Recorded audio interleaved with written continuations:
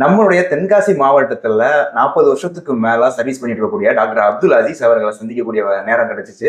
So அவங்க நம்மளுடைய தென்காசி மாவட்டத்துக்காக ஒரு நல்ல கருத்தை ஒரு அவேர்னஸ் கொடுக்கணும் அப்படின்னு சொல்லிட்டு நம்மள சொன்னாங்க. ஸோ அவங்களுடைய கருத்தை இப்போ நாங்கள் பதிவு பண்றேன். நான் உங்கள் டாக்டர் அப்துல் அசீஸ், தென்காசி மீரான் மருத்துவமனை. தென்காசி மாவட்டத்திலிருந்து நிறைய மாணவர்கள் +2 முடித்த உடனே எம்பிபிஎஸ் போகணும்னு ஆர்வமாக இருக்காங்க.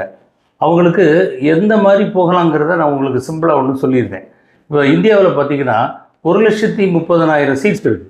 இதில் பார்த்தீங்கன்னா 50% of the seats, more than 50% of the seats கவர்மெண்ட்டில் இருக்குது. ஆனால் 50% ஆஃப் த சீட்ஸ் ப்ரைவேட்டில் இருக்குது.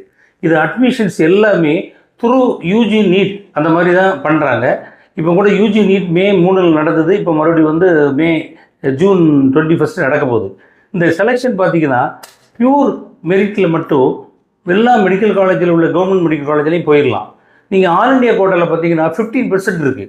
இப்போ தமிழ்நாட்டில் உள்ளவங்க இங்கேயும் போடலாம். ஆல் இண்டியாவில் பார்த்தீங்கன்னா நாகாலாந்துலேயும் போய் படிக்கலாம். ஸோ உடனடியாக மார்க் குறைஞ்சதுன்னு சொல்லி அவங்க உடனடியாக ப்ரைவேட் காலேஜஸில் போக வேண்டிய அவசியம் இல்லை. அதனால் இந்த 15% கோட்டா கிடைக்கலாம். அப்புறம் சில பேருக்கு புது மெடிக்கல் காலேஜில் போகிறதுக்கு பயப்படுவாங்க. அந்த மாதிரி பயம் தேவையில்லை. உதாரணத்துக்கு பார்த்தீங்கன்னா திருவண்ணாமலை, கள்ளக்குறிச்சி அந்த மாதிரி கல்லூரிக்கு இருக்குது. ஸோ மார்க் நீட்டில் எடுத்த பிறகு நமக்கு கிடைக்காத அப்படின்னு சொல்லி அவசரப்பட வேண்டாம்.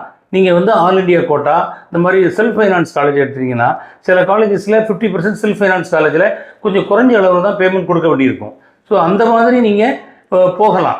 எடுத்த உடனே நீங்கள் டீம்டு யூனிவர்சிட்டியில் பார்த்தீங்கன்னா வருஷத்துக்கு 30 லட்சத்துலேருந்து 65 லட்சம் வரை இருக்குது. அது வேஸ்ட் பண்ண வேண்டாம். ரொம்ப வசதி படைத்தவர்கள், அதே மாதிரி என்ஆர்ஐ கோட்டா இருக்குது. சாதாரண என்ஆர்ஐயில் யாராவது இருந்தாங்கன்னா அவங்க என்ஆர்ஐ கோட்டாவையும் யூஸ் பண்ணி படிக்கலாம். ஸோ இந்த மாதிரி நீங்கள் படிக்கும்போது உங்களுடைய வீண் விரயமான பணங்கள் வேஸ்ட் ஆகாமல் நீங்கள் எந்த கல்லூரிலையும் தரமான மருத்துவக் கல்லூரி தான் இருக்கும். ஸோ அந்த கல்லூரிகளில் படித்து நீங்கள் மக்களுக்கு சர்வீஸ் பண்ணால் அது நல்ல முறையில் இருக்குங்கிற தகவலை உங்களுக்கு சொல்லிக்கிறேன்.